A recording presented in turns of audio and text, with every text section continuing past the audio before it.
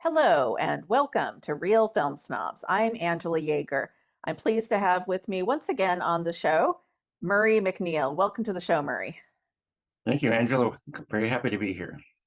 Or also known as Murvie, also known as Murdog, also known as Merman. Murray has many nicknames. We were just joking actually before the show that I just go by Angela, plain and simple, but Murray is a man of many nicknames depending on the situation. But for movies, he's Murvie. And And we're, sorry, go ahead, Murray. I'm letterboxed. And Letterboxd, yes, that's his. You can find him there with all of his reviews. Murray is one of my biggest film fan friends, maybe the biggest film fan. I think probably I think that's pretty easy to say. Probably the person that sees more movies than me every year for sure. And this year, or this episode, we're going to be looking at a couple new films and a couple of streaming releases that we can hopefully get some good discussion about. So we'll go start with our first movie, which is Master Gardener by writer-director Paul Schrader. This is the third in his trilogy of Man Alone in a Room trilogy, which sounds not very exciting just on its own when you say Man Alone in a Room trilogy, but has actually been a really great trilogy, starting with First Reform with Ethan Hawke, going on to Card Counter and with Oscar Isaac, and then this film, which stars Joel Edgerton as a man named Narvel Roth, which is just a great name. I just have to say Narvel Roth. He is a gardener at a high-end garden, which is owned by another great name, Norma Haverhill, who's played by Sigourney Weaver in a great performance where she really gets to like just sink her teeth into doing something besides Avatar, thank God. And also rounding out this trio is Quintessa Swindell as Maya. Now, like the other two films I mentioned by Paul Schrader, all these films have one thing in common besides a man alone in a room, usually with a drink beside him of some sort and journaling, and that is that these are men that have secrets in their past that they are trying to get over or trying to cover up, or in some cases just trying to put behind them.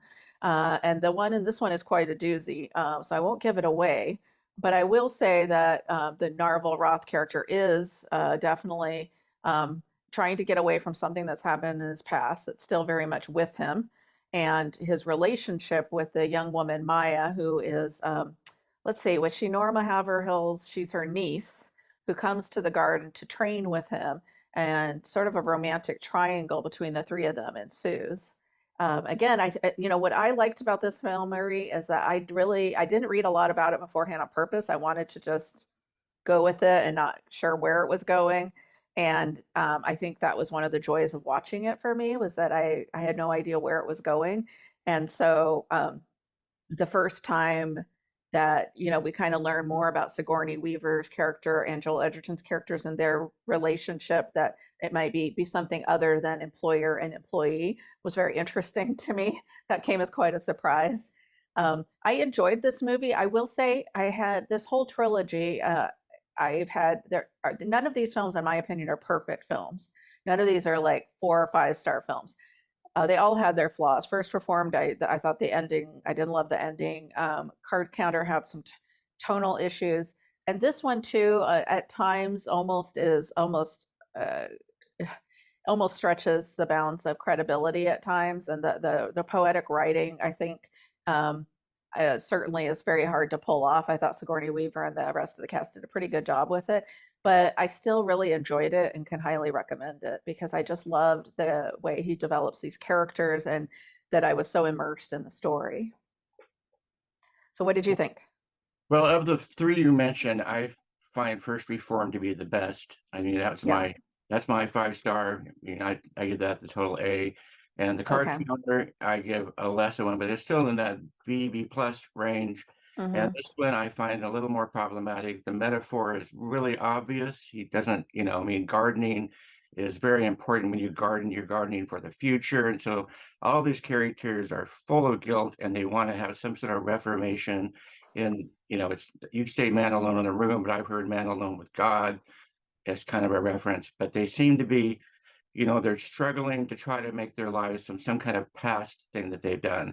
And it happens he's living in what was formerly a slave, this was a slave, what do you call it, a Slave plantation, quarters. Yeah. slave plantation. And he's actually living in the slave quarters. The Sigourney Weaver character, who of course is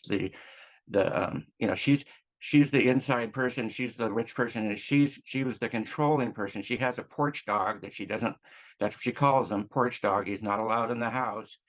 And basically I think that the character that's the gardener is sort of her porch dog, but she lets him to service her occasionally, but otherwise she keeps him outside of the house. And so when the niece arrives, and I guess we're not giving away anything about the guy's past, but his past has to do with race relations to some extent. And the niece is she's a mixed blood of some sorts. And so they start to connect. And, I don't want to go too far with it if we're not going to go very far with it, because this is something that's currently playing. And of course, we want people to go see it, and we don't want to ruin it for them. But yeah, that's Exactly. Yeah, that's why I don't want to give it away too much because I didn't really know where it was going, so I enjoyed that aspect of it. I agree with you that I'd say it's probably maybe the weakest one in the trilogy. First Reform is my favorite, although I didn't think it was a five-star film like you. Uh, I did enjoy the performances a great deal, but yeah, did you also feel like the film, like maybe the topic seemed a little bit on the nose, maybe? right. And just, I mean, like I said, I mean, he literally just throws the metaphor is so obvious, and he continues to kind of substantiate that. And I felt like the audience doesn't really need that. He didn't need to make it so plain. It was pretty obvious in itself.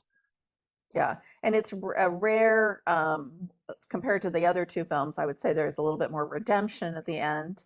Whether that was a good thing or not, I felt like it was a little almost too pat for what he's been going with his other films, which are these, really Yeah. complex men. And in every single one, there was a woman who almost comes in to kind of like save the character. But ultimately, in the first two Well, films, a really young not person too. successfully. Yeah, A yeah. child of sorts. I mean, the age relationship between him and this girl and Sigourney Weaver and him is probably pretty equal in a way. So, I mean, that's one of the weird dynamics about it. But yeah, in all three of these films, there's a younger person involved that helps to sort of start off the redemption process.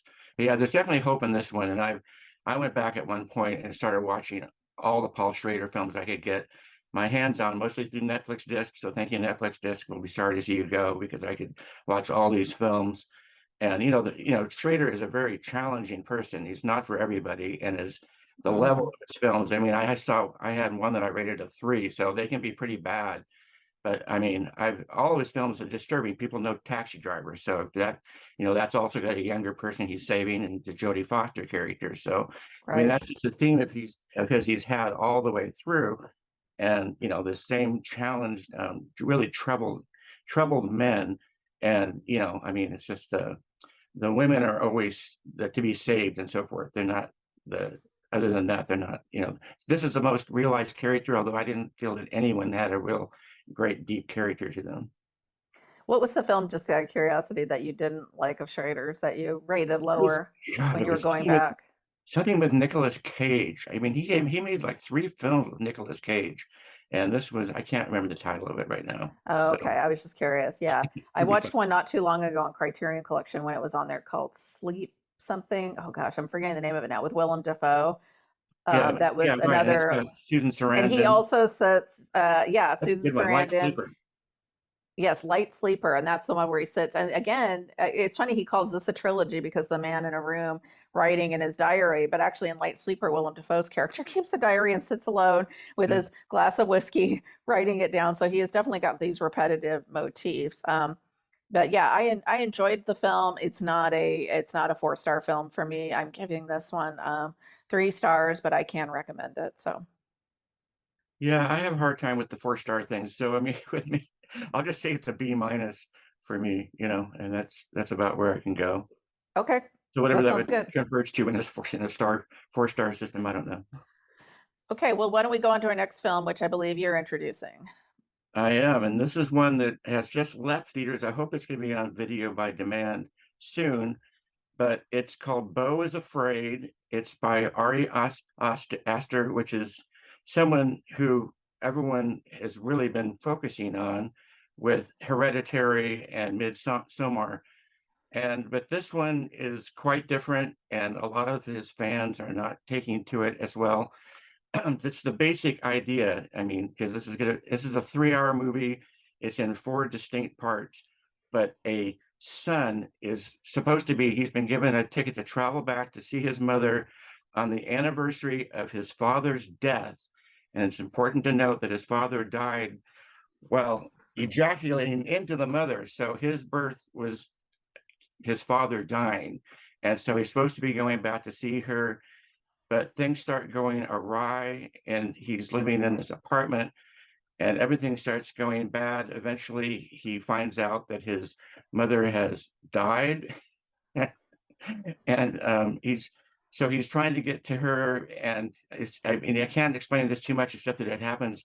It's fantastical situations, and he's going from one to the next to the next, and finally getting home on this journey, and what happens there.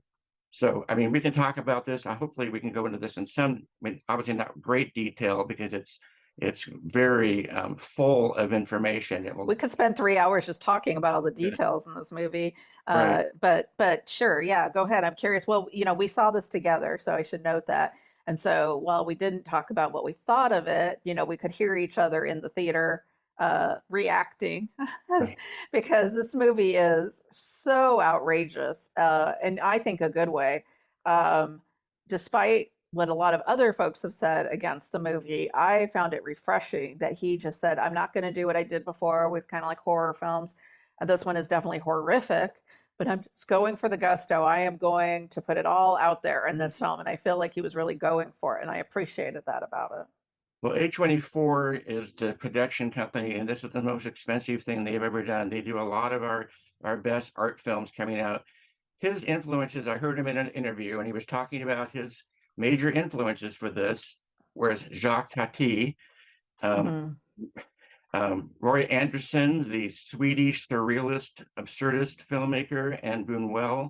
So, this is not the typical, these are very European kind of directors. And Tati is so, every single detail, and this is what's so important, is every single detail, there is nothing that is by chance. And, I mean, for me, and I don't want to break this down too much, but I believe that every single thing that happens in this is completely controlled. It's all about the control, the guilt of the mother, to the point where I think that she has hired people at this first scene, which I don't know that I think everyone there is an actor of sorts, there to terrorize him and keep him in this weird little apartment. She's in pharmaceuticals. She has a lot of money, but she's got him in this little apartment that he's living in, uh, surrounded by terrifying people, something that would be the worst thing you would imagine from all the Fox News things you're hearing about. The city is breaking down and crime in the streets. This is just horrific. What's going on just right outside of his door. He's afraid to get Right. out there. And it ends up in a scene that will be reminiscent of the Truman Show. I mean, every single person, I think, is something that is under control by the mother, including his therapist, all the way down the line. I even believe the people that run into his car. In the second scene, it deals with he gets hit by a car racing down in the street naked, and he ends up at this house with Nathan Lane and Amy. What's her name? Amy Amy Ryan. Ryan, and they're taking care of him. And I believe that they are under the control of the mother and everything. It's wild. So I mean, this is just my own personal opinion. It ends up at another scene out in the woods that goes into a surrealist section that even includes stop action and motion. And I mean, it's just it's almost like walking into a horror dream of sorts.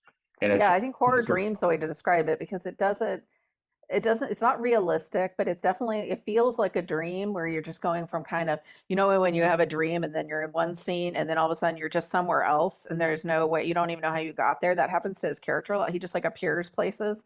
And then and it just kind of goes from bad to worse. I know we're really selling this movie, but Well, it was both anxiety provoking for me as someone who's already an anxious person, and his character, the title is Beau is Afraid for a reason. His character is very fearful, but unlike maybe some people who might be like paranoid, he has every reason to be fearful, as we see, because everything that he's afraid of ends up happening to him. So in that way, it is very much like a bad dream. well, he's been Um, told that that if he ejaculates, that he will die. So at one point, you see a picture, you see a flashby of his scrotum, and it's huge, like a cantaloupe. And of course, he ends up killing when he finally does ejaculate later on to this. I mean, I don't know how much we're allowed to spoil here, but when he does, he kills the person that he's that he's having sex with, person he's been saving himself for all of his life because of right. his mother introducing him to this girl on a boat cruise. That was He finds out that she was in her that she was being paid, and she's still under her payment. She's still an employee of hers. So I mean, this is just yeah. I loved it. Well, I just laughed so hard during it certain was times. also, yeah, that's what I was about to get to is even though we're describing this horror, I would call this movie like a horror dream slash black comedy actually, because it's actually very, we laughed a lot. There it is. And I part of agree. the laughter is being uncomfortable, and some of it is just how just completely bonkers it is that you can't not laugh. There's a scene towards the beginning when he's, running naked in the street, and there's another naked man running after him with, like a piece of glass to try to kill Right. him. Well, he's been on the news, the stabbing man. So The stabbing man, yeah. the But policeman the way thinks that he's just he's the running, stabbing screaming naked, and this other man's running naked after him. And I mean, the whole thing is just man. so absurd. And that's what, I could definitely see I don't see the Tati stuff as much. I guess the attention to detail, because Tati's films are much more whimsical, but I could definitely see the Buñuel influence for sure, with the use of Let's see it more surrealism. just that every single thing is controlled. I mean, if you look at one Yeah. of the films, I mean, nothing in the frame. There's constantly things happening, and they're all completely orchestrated. Because I mentioned the four sections. I see this as a symphony. So, the symphonies come in four parts. They have themes that are arranged. They can be very different in tone, but there'll be echoes of all the things happening in them. So you have to pay attention to everything that's happening. I saw it twice, and I can't wait to see it again. I mean, it's gonna be the first movie I buy this year. The second it comes out, I'm buying this film. I hope I can get on Oh, wow. 4K. So, I mean, this is just, to me, this is a masterpiece. But you know, So for you, it's a 4 star or whatever um, equivalent film. yeah, Interesting. Yeah. it's an AA plus film for me. I know other people Okay. not kind of Interesting. that way. This is me because this is what I love. So I mean, Well, my I'm thing with bonkers. his films is every single one, in my opinion, particularly Hereditary, had a terrible ending. This film, the ending is not as terrible as Hereditary, but I still wasn't sure. I felt like he nailed the ending. It kind of just petered out at the end. I felt like I was like, oh, is that it? I don't know what I was expecting, but I was expecting something more, I think, after It's especially definitely all that time invested, 3 hours. I was like, and it literally peters out. Like the credits kind of roll over the last scene. well, people are So. walking out because they're in people he finds out is in this dome. It's sort of like the Truman Show at the end, except that he doesn't escape. I mean, I guess that's going to ruin it for people, but he doesn't escape, and the people that are sitting there are also sort of disappointed because it's something. I don't want to ruin the actual ending, but they're just sort of slowly walking out of this dome area where Mhm. he's thought it was the night sky. It's out there in the middle of the sea or whatever, and he finds out that it's just this controlled cement dome, um, stadium sort of thing. Right. Yeah. So Okay, well, we should move on to our next film, which was your pick, but I definitely can recommend Beau is Afraid, and it sounds like you definitely can as well. So I'll let definitely. you introduce the next one. Well, not recommended. I mean, this is with a definite caveat that I mean, you might hate this film. A lot of people will. A lot of the Ari Aster fans that love the other two are not loving this at all. So yeah, he, but the third film is actually this is on Hulu right now. So if you this is streaming, this is the one that has the most accessibility because a lot of people can get access to Hulu, and it's called Rye Lane. It's directed by Raine Allen Miller, and it's her first feature. It deals with this couple, and they're black, and they're at an art show for a mutual friend, and they've both been in breakups fairly recently. He much more recently than her, but she hears him crying in the bathroom stall, and they end up talking and walking along, which I think there really is a Rye Lane in London. So, this is a real place, but this filmmaker that just, in opposite of these other films, this is a very, a romantic comedy, and this is something that is there's color. She uses colors to a high extent. I'd love to go down the street. It's almost surreal, but it's not. It's just that everything is just so beautiful. The fruit vendors and everything, and they're going along, and there are people doing Tai Chi in the parkway, Hmm. in the park, and it's just, there's constantly things like this happening that's keeping you interested in the folk life that's going on around them as they discuss themselves, and they start to have this sort of a relationship forming, and it's one of those things, will they make it or will they not, and he's much weaker of a character and she's a much stronger character, so she kind of bolsters him up. He's having a really hard time, and I don't know how much discussion we want to have with the actual relationship that he's just gotten out of, but he's demoralized and emasculated and everything else. And she's a much bolder person. She comes in and kind of rescues him in this terrible situation that he Yeah. has with his ex and the what used to be his best friend. But anyways, anyway, this is a very fun film. You might recognize David Johnson is from Industry, the show Industry that's on. I think it's a British show. I get it on HBO. So, and he's very good in that. I don't know her from anything else. She's been in a couple shows, but nothing that I really recognize. So, Yeah, I hadn't recognized either of them. I thought they were both really good actors, good chemistry. Did you like the movie? well, I did. I've seen, well, because I've watched it twice, and I don't know if I would have watched it as quickly again if I wasn't doing this podcast. But watching it the second time, I really enjoyed the details and just going there, just being with these people, was really fun. They do some karaoke together, which is just magical. Of course, he's flubbing it up, trying to do some rappy thing that apparently everyone knows, but she just comes in and saves the day with that too, and they just have this sort of built-in chemistry that's a lot of fun, and it makes a lot of fun of artists. I mean, the art person that they're there to see. I mean, his first art pieces are the details of the inside of people's mouths, and Yeah, it was really funny. he's so weak. But He buys one, and just like carrying this thing with him, and it's like, this is an investment, and you're thinking, no one's ever going to want to buy that from you. That's going to end up in the back of your closet forever. right. But Well, and I thought it was fun that you picked a rom-com because there aren't very many made anymore.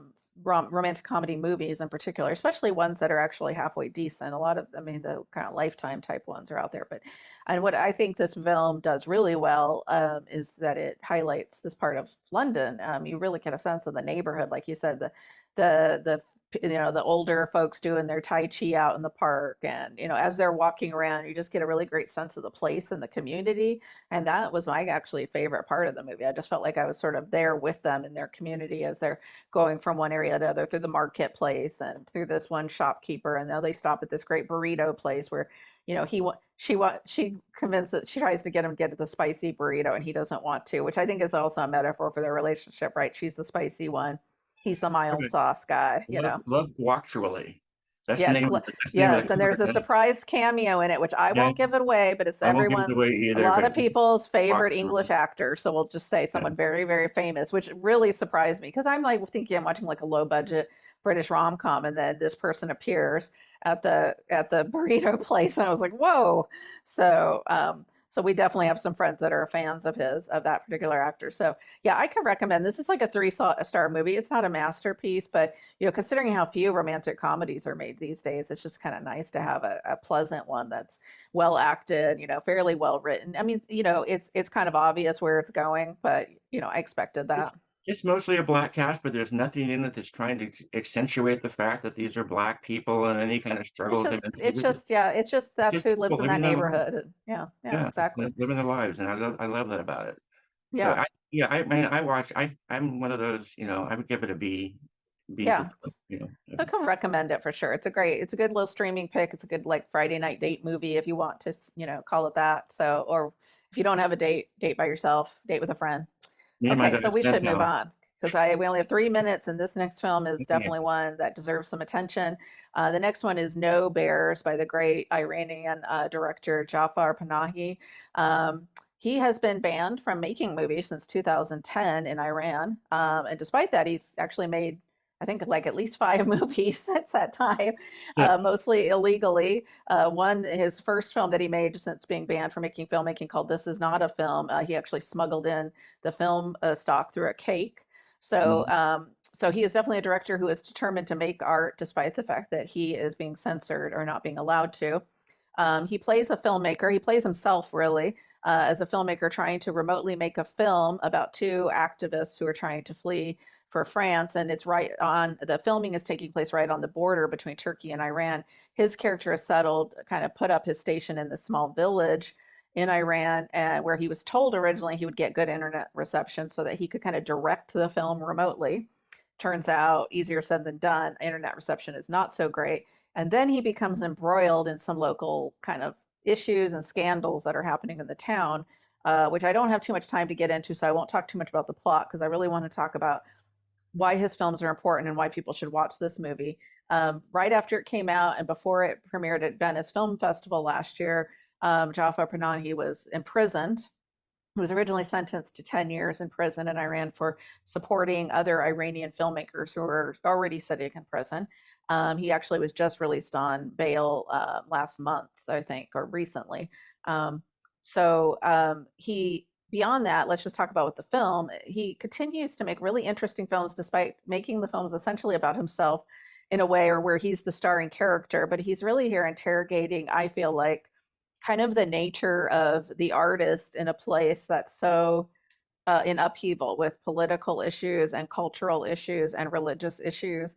And there's all these scenes with like him and the villagers and all this tension. And on one hand, people are very respectful. They always call him dear sir and, Yeah, sir, but the guy they're has a camera. Remember, he gives a camera to his landlord, and he starts bad mouthing him when he doesn't realize that it's recording, and he gets to get that. right. I think it's really important to point out the fact that this has to do with two women. It's one thing that he does well is he talks about women in other films, and you've got the woman that's part of this duo that are trying to escape, and they're trying to get passports, and it she ends up committing suicide.